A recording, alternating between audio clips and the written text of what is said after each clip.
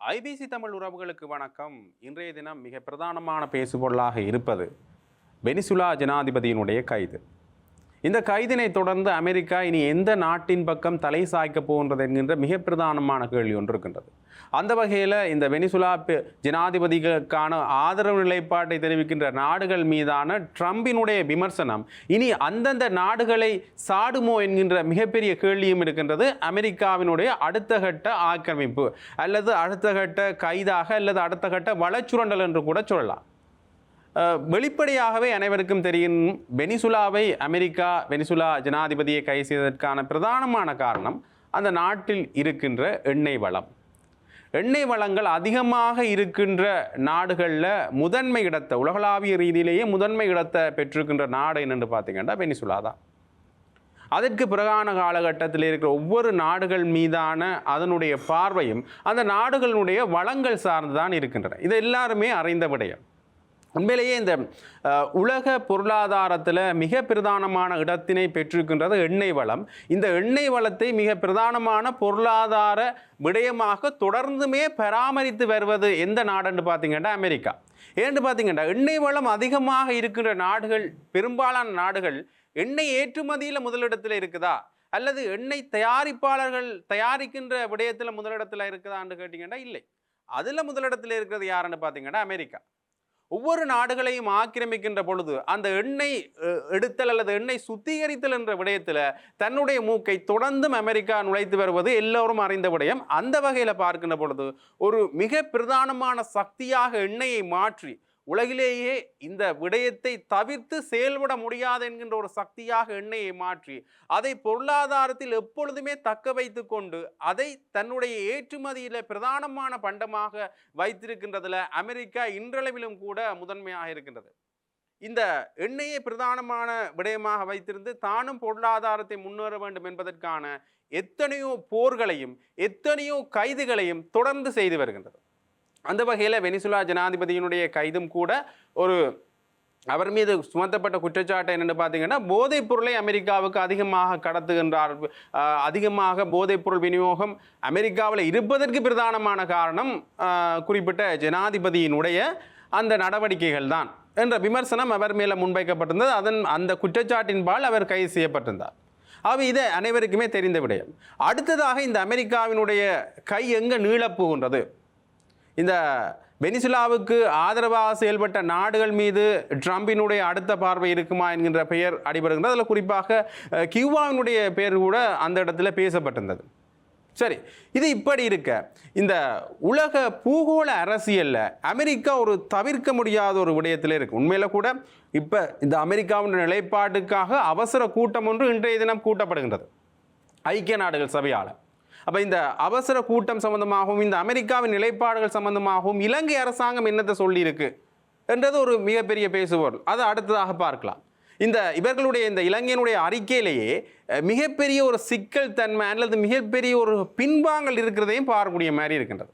ஆக இது இவ்வாறு இருக்க இந்த அமெரிக்காவினுடைய அரசியல் என்பது ஏதோ ஒரு நாட்டினுடைய வளச்சுரண்டலாகத்தான் இருக்கின்றது என்கின்ற விமர்சனம் அல்லது அது வெளிப்படையாகவே அனைவருக்கும் தெரிந்த விடயம் என்ற வகையில் ஒரு வகையில் இலங்கை ஆக்கிரமிக்கப்படுமாக இருந்தால் அதற்கான காரணம் என்ன என்கின்ற மிகப்பெரிய கேள்வி இருக்கின்றது. ஆக்கிரமிப்பு என்கின்ற பொழுது ஏதோ ஒரு வகையில் இந்த அமெரிக்கா இலங்கையின் மீது செல்வாக்கு செலுத்த ஆரம்பித்தால் அந்த செல்வாக்கு எதற்காக இருக்க போகின்றது என்கின்ற கேள்வி எழுந்திருக்கின்றது. அப்போ அவ்வளோ பெரிய பொருளாதார வளங்கள் இந்தியா எதிர்பார்க்கின்ற அளவுக்கு எண்ணெய் வளங்களோ அல்லது அவ்வளோ பெரிய பொருளாதார வளங்களோ இருக்கின்றதா என்று கேட்டால் இல்லை. ஆனால் கேந்திர முக்கியத்துவமாக இருக்கின்ற திருகோணமலை என்பது மிகப்பெரிய ஒரு வளமாக அல்லது தன்னுடைய போர் சம்பந்தமான விடயங்களுக்கோ அல்லது தன்னுடைய இதர நாடுகளை அவதானிக்கக்கூடிய அல்லது அந்த இடத்திலிருந்து தன்னுடைய அரசியலை நகர்த்தக்கூடிய மிக பிரதானமான கேந்திர நிலையமாக இருப்பது திருகோணமலை. உங்களுக்கு தெரியும், இந்த இயற்கை துறைமுகமாக இருக்கின்ற இந்த திருகோணமலை உலகப்போர் காலத்திலிருந்தே மிக பிரசித்தி பெற்ற ஒரு வரலாற்று கேந்திர நிலையமாக இருக்கின்றது. அந்த வகையில் பார்க்கின்ற பொழுது அண்மையில் கூட இந்த எண்ணெய் குதங்கள் சம்பந்தமான விடயத்தில் இந்தியாவும் கூட இந்த விடயத்தில் இந்தியாவினுடைய ஒரு செல்வாக்கும் இருந்ததை பார்க்கக்கூடிய மாதிரி இருந்தது. ஆனால் அமெரிக்கா இந்த இடத்துல செல்வாக்கு செலுத்துமாக இருந்தால் அண்மையில் கூட இந்த தாய்வான் சம்பந்தப்பட்ட விடயத்தில், தாய்வான் சீனா சம்பந்தப்பட்ட விடயத்தில் இந்த திருகோணமலையை அல்லது திருகோணமலை கேந்திர முக்கியத்துவமாக இருக்கின்ற இந்த துறைமுகத்தை தன்பால் வைத்திருக்கின்ற அல்லது அந்த துறைமுகத்தில் செல்வாக்கு செலுத்தக்கூடிய மிக பிரதானமான வாய்ப்புகள் இருக்கின்ற விமர்சனங்கள் முன்வைக்கப்படுகின்றன. ஆகவே இப்படி இந்த அமெரிக்கானுடைய செல்வாக்கு இருக்கின்ற பொழுது இந்தியா இது சம்பந்தமாக வாய் திறக்குமா, இந்தியாவுடைய நிலைப்பாடு என்ன என்கின்ற கேள்வி ஒன்று எழுகின்றது. ஏனென்றால் பிரதானமாக இந்த வெனிசுலாவினுடைய ஜனாதிபதி கைது செய்யப்படுகின்ற பொழுது பல நாடுகள் தங்களுடைய விமர்சனங்களையும் கேள்விக்கணைகளையும் ட்ரம்பை நோக்கி தெளிக்கின்றன. ஆனால் இதில் கொஞ்சம் அமைதியான முறையில் இந்தியா செயல்படுகின்றதோ அல்லது காத்திரமான சில விமர்சனங்களை இதில் சொல்ல இல்லையோ என்ற கேள்வி இருக்கின்றது. ஆகவே இந்தியாவும் கைவிடுவதற்குரிய ஒரு சூழ்நிலை இருக்கின்றது. அடுத்ததாக சீனாவினுடைய மிக பிரதானமான, அதாவது அன்ரோகுமார சனாயக் அவர்கள் இரண்டு நாடுகளுக்கு நேரடியாக சென்று சில ஒப்பந்தங்களில் கைச்சாத்திட்டார் அவர் ஜனாதிபதியாக வந்த பிறகு. அதில் முக்கியமான நாடாக கருதப்படுறது ஒன்று சீனா, மற்றது இந்தியா. ஆகவே இந்த அடுத்ததாக பார்த்தால் சீனா இது சம்பந்தமான விடயத்தில் கொஞ்சம் மௌனமாக செயல்படுதோ அல்லது எதிராக கதைப்பதற்கு சில அரசியல் சூழ்நிலைகள் சீனாவை தடுக்குதோ என்ற இன்னொரு கேள்வி எழுகின்றது. சரி, இது உலக நாடுகளில் இருக்கிற விடயம். இந்த விடயத்தில் இலங்கை எப்படி செயல்பட போகின்றது என்கின்ற ஒரு மிக பிரதானமான கேள்வி ஒன்று எழுகின்றது. அதில் இந்த விஜித ஹேரத் சம்பந்தமான விடயம், அதாவது குறிப்பாக இந்த அன்ரோகுமார நாயக்கனுடைய அரசாங்கம் இதற்கு எப்படி குரல் கொடுத்திருக்கின்றது அல்லது இதற்கு எப்படி எதிர்ப்பலைகளை தெரிவித்திருக்கின்றது என்ற விடயத்தில் பார்க்கின்ற பொழுது அண்மையில் நடந்த ஒரு ஊடக சந்திப்பில் விஜித ஹேரத் அவர்கள் இது தொடர்பான விடயம் கேள்வி எழுப்பப்படுகின்ற பொழுது ஒரு விஷயத்தை சொல்லியிருக்கிறார். இந்த ஐக்கிய நாடுகள் சபையினுடைய இந்த அவசர கூட்டம் ஒன்று நடைபெற இருக்கின்றது, இந்த வெனிசுலா ஜனாதிபதி கைது செய்யப்பட்டிருக்கின்றார், இது சம்பந்தமான உங்களுடைய நிலைப்பாடு என்று கேட்கின்ற பொழுது ஐக்கிய நாடுகள் சபைகளுக்கு என்று சில சட்ட விதிகள் இருக்கின்றது. ஒரு நாட்டினுடைய இறையாண்மையை பாதிக்கக்கூடிய வகையில் சில செயல்பாடுகள் நடைபெறுகின்ற பொழுது அந்த ஐக்கிய நாடுகள் சபை எந்த முடிவு எடுக்குதோ அந்த முடிவுகளுக்காக உடன்பட வேண்டும் என்கிற பொருள்பட விஜித ஹேரத் அவர்கள் தெரிவித்திருக்கிறார். ஆகவே ஏதோ ஒரு வகையில் ஒரு நழுவிக்கொள்கின்ற ஒரு செயல்பாட்டில் தான் இவர் பேசுகின்றார் என்ற கேள்வி இருக்கின்றது. ஏனென்றால் இலங்கை சம்பந்தமான விடயம் ஐக்கிய நாடுகள் சபையில் ஜெனீவா அமர்வில் கொண்டு வரப்படுகின்ற பொழுது இந்த ஜனாதிபதியாக அன்ரோகுமார சனாயக்க அவர்கள் தெரிவு செய்யப்பட்ட பிறகு வருகின்ற இந்த முதலாவது ஜெனீவா அமர்வுகளில் இது சம்பந்தமாக பேசப்படுகின்ற பொழுது நேரடியாகவே இவர்கள் இந்த உள்ளக பொறிமுறை தான் தேவை, உள்ளக பொறிமுறை ஊடான தீர்வு தான் எங்களுக்கு தேவை என்கின்ற விடயங்களை கொண்டு வருகின்றார்கள். இந்த தமிழ் மக்கள் காலாகாலமாக கேட்கின்ற சர்வதேச விசாரணையை நேரடியாகவே மறுக்கின்றார்கள், அதை நேரடியாகவே போய் சொல்கின்றார்கள்.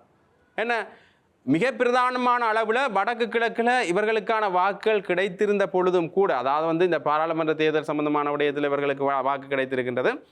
அது மட்டும் இல்லாமல் ஒரு பெரும்பான்மையான ஒரு விடயத்தில் இவர்கள் வந்திருந்தாலும் கூட இவர்கள் சொல்கின்ற விடயம் நேரடியாகவே விஜித ஹேரத் அவர்கள் சொல்லி இந்த விடயத்தை சொல்கிறேன். அதாவது உள்ளக பொறிமுறை ஊடான தீர்வை நாங்கள் வரவேற்கின்றோம், இந்த சர்வதேச விசாரணையை நிராகரிக்கணும் என்று சொல்கிறார். அப்படி ஐக்கிய நாடுகள் சபையில் இந்த விடயங்களை போய் சொன்ன இவர் இந்த விடயத்தில் கொஞ்சம் நழுவல் போக்கு இருக்கோ. அது மட்டும் இல்லாமல் இதில் இந்த அரசாங்கம் முதலாவதாக ஒரு அறிக்கையை வெளியிடுதான்னு கேட்டிங்கன்னா இல்லை, ஜேவிபி தான் அறிக்கையை வெளியிடுகின்றது. இது சம்பந்தமாக விஜித ஹேரத் அவர்கள்ட்ட கேட்ட பொழுது கூட அவர் என்ன விஷயத்தை சொல்கிறாருன்னா, அரசாங்கம் என்பது வேறு, ஜேவிபியினுடைய கட்சி என்பது வேறு. அவருடைய கட்சி சில தீர்மானங்களை எடுக்கும், அதை நாங்கள் அரசாங்கத்தினுடைய தீர்மானங்களாக எடுத்துக்கொள்ள முடியாது என்று ஜேவிபி பால் நின்று கொஞ்சம் விலகி கதைப்பதற்கான ஒரு சூழ்நிலை இருக்கிறது. இந்த விடயத்தில் கொஞ்சம் விலகி கதைக்கிறத ஒரு சூழ்நிலையையும் பார்க்கக்கூடிய மாதிரி இருக்கின்றது விஜித ஹேரத் அவர்களுடைய கருத்தை வைத்து பார்க்கின்ற பொழுது.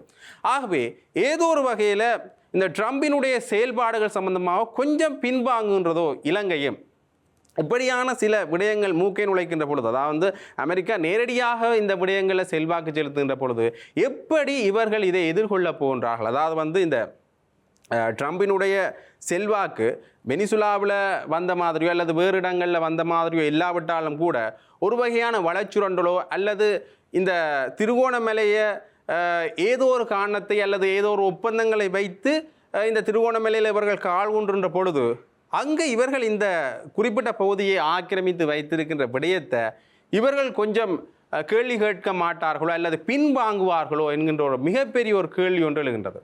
ஆகவே இந்த ஜனாதிபதி அமெரிக்காவுடைய ஜனாதிபதி ட்ரம்பினுடைய அடுத்த நாடு அல்லது அடுத்த கட்டம் என்ன என்கின்ற மிகப்பெரிய கேள்வி எழுந்து கொண்டு வர இந்த சூழ்நிலையில் திருகோணமலையை பாதுகாத்து கொள்ள வேண்டிய ஒரு மிக பிரதானமான ஒரு கடப்பாடும் இலங்கைக்கு இருக்கின்றது என்பதுதான் உண்மை.